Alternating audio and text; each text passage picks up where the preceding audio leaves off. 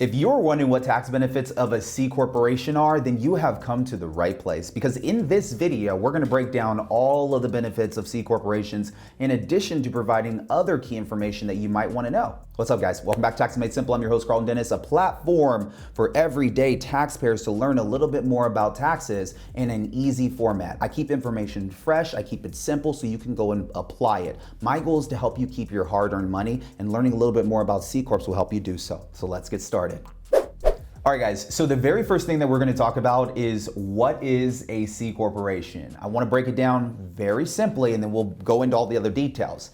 A C corporation is a type of corporation in which the owners and shareholders are taxed separately from the business. So in other words, C corporations have a legal separation between the assets and income of the owners and shareholders and the assets and the incomes of the business.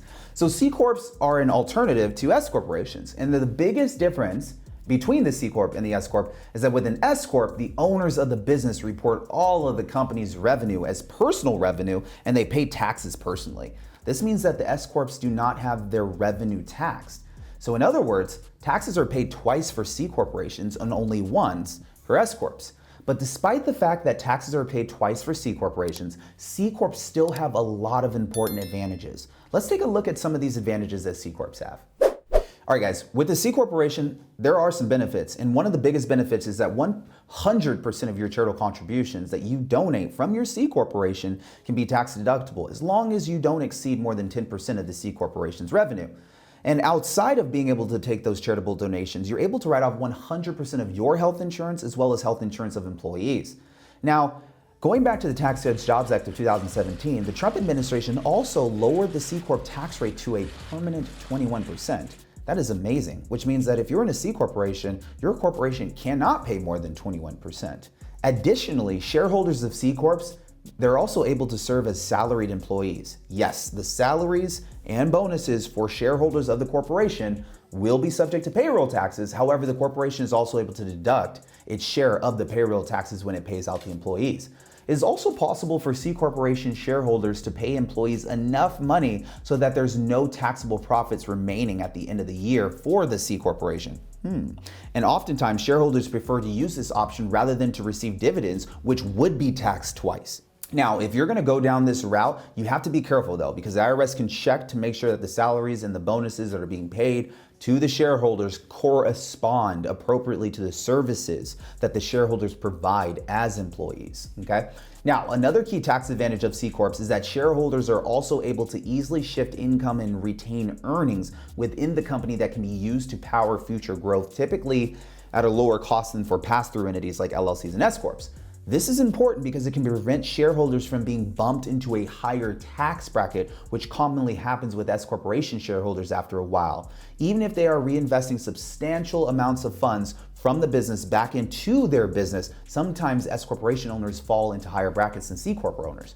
So in other words, with a C Corp, it is possible to reinvest in the business at lower tax rates. The final tax benefit, though, of a C Corp is that it's possible to carry profits and losses forward and backwards with C corporations. Unlike LLCs and S Corps, where the fiscal year has to coincide perfectly with the calendar year, things are a little bit different with C Corps. C Corp shareholders have some flexibility over things like what year to pay taxes on bonuses and when to take losses. And C corporation shareholders who use the rules to their advantage can reduce their tax burden strategically.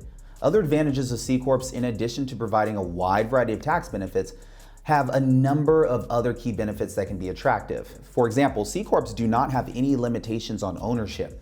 This is a stark contrast to S Corps, guys, which are limited to 100 shareholders who all have to be United States citizens. So this makes it significantly easier to form a C Corp and to scale them, especially if you want some of the owners of the business to be non-U.S. citizens. It also makes it significantly easier to sell stock to potential investors.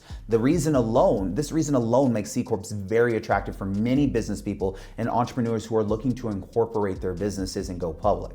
C Corps can also be legally owned by other C corporations and S Corps or even trusts, which is an additional advantage to the C Corp for reducing tax burdens. C Corps are also significantly more attractive to venture capitalists. This is because they have a much higher degree of flexibility than other business structures like S Corps. So, if your business needs to obtain funding from a venture capital firm, then it might be in your best interest to structure your business as a C corporation depending on your goals. If you want your company to one day be listed on the public stock exchange, it will have to be a C Corp. So, if you're planning on scaling your business to be large enough to go public one day, then you might want to consider structuring it as a C Corp to make it easier to transition your company to being publicly traded. Publicly traded companies are required to be C Corps so that the liability of the shareholders, investors, owners can be limited. In this way, the most that these parties can lose if the company fails, combusts, is the amount that they have invested in it. So for example, if a person is a shareholder of a publicly traded Corp X, the person could only lose his or her stocks in the business if the company went belly up. The person would not, for example, lose his or her home paying corporate debts that the company still owed in the event of its failure. These rules are extremely beneficial for shareholders and give many people the security that they need to take business risks and even invest in shares of stock. Without the liability protection offered by C corporations, many people would be too afraid to invest in stocks due to the fear that they might lose more than just their investments if they had bought the stock in the companies. Is a C corporation structure right for you? Maybe, maybe not. If you're forming a business, you may have to choose between a C Corp, an S-Corp, and an LLC. And in order to make the right decision about which path to choose, there are a number of important factors you should be considering. Right off the bat, you need to consider if your business will have non-U.S. citizen shareholders. That's the first thing you got to figure out. If it will, then that means a C Corp is probably going to be the best bet. You should also consider whether or not your business will have more than 100 shareholders. Again, if this is the case, then a C corporation might be a benefit to you. If your goal is to minimize taxes as much as possible, then you might want to consider an LLC or an S corporation depending on your income, because C corps can lead to double taxation, but they do provide many other tax benefits such as the ones that we have already listed.